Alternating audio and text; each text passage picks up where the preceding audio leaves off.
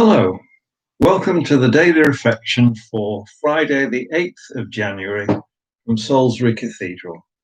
I'm Canon Nigel Davies, the Vicar of the Close. Can I ask you a question? How's your new year going? Made any New Year resolutions? Perhaps you're going to go to the gym. Oh, sorry, can't do that. Perhaps you're going to start swimming at the leisure centre. Oh no, can't do that. Perhaps you're going to take up a new hobby or activity, but then clubs are either cancelled or online, and it's a bit difficulty doing woodwork and things like that without being shown properly how to do this. Well, you could have taken up a sport. Perhaps you decided to go do a six-a-side league, but no, they're all cancelled too. Perhaps you are going to take part in Dry January. Are you serious? No way now. How else will you get through the next lockdown? More time then for us to look into the future and to long. Normal life just around the corner, or to be more precise, on the other side of the vaccination program. In the meantime, we can fill our time with once a week clapping for heroes. I understand that Joe Weeks is soon to return to our television screens for his PE workouts. So that's something that we can all join in with. And of course, there are the other things that we can do, such as helping others, being more neighbourly. Some of us will wish to volunteer to help those who are in difficulty or isolating or vulnerable. We certainly have a lot of time on our hands to reflect about what type of society we want to re-emerge into when all this comes to an end. And the other day, when I was reading the BBC website, as I often do, I came across a report about a study or a review that has been conducted by the Institute for Fiscal Studies. And this review has been chaired by Sir Angus Deaton. And it concluded this: there was, for us, a once-in-a-generation opportunity to tackle the disadvantage faced by many that this pandemic has so devastatingly exposed. It went on, we now face a set of challenges which we cannot duck.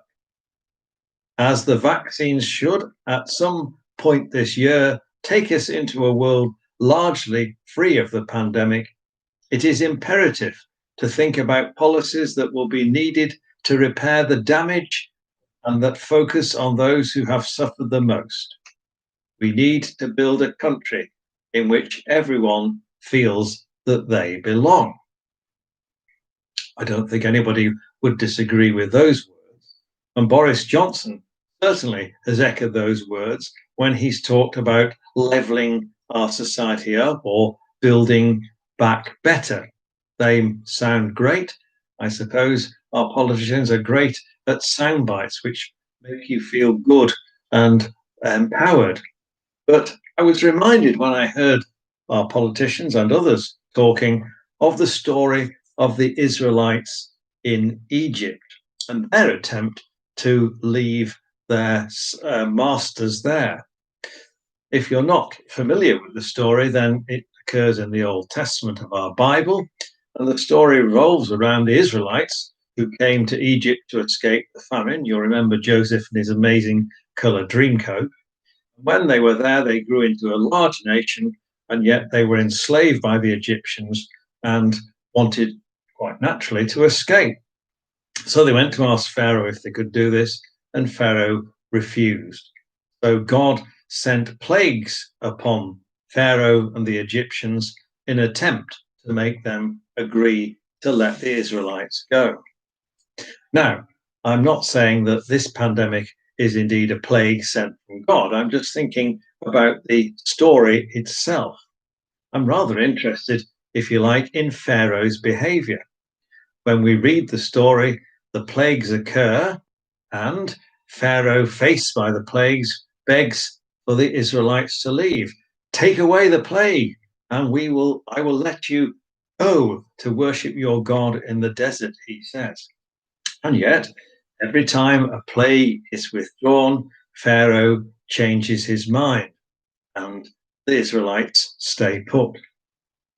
It's interesting how human beings are so incredibly able to forget and indeed to change their minds. They can make promises, I'll do that if only this happens. And when it happens, they forget what they were promising to do. It's kind of bargaining with God or with other people. If this goes away, then I'll be better. I'll do that. I'll be good. We've been talking a lot about normal or a new normal. And certainly, there has been a lot in these past few months about addressing inequalities, the inequalities which we have seen quite starkly because of the pandemic. We've talked about helping the vulnerable and the marginalized, things that the Institute of Fiscal Studies was talking about in its review. But when the grip of the pandemic has lessened, will we forget? Will the government forget? Will it be business as usual? Inconvenient truths forgotten? If we want a better Britain, we will have to find a way not to forget, but to embed behaviour and practices in our national life that addresses the issues and problems which are under the radar for much of the time, but which the pandemic has shone a bright light upon. I hope that we won't be like Pharaoh and forget, but will be more encouraged to put into place the things that will make our society better, that really will build back better.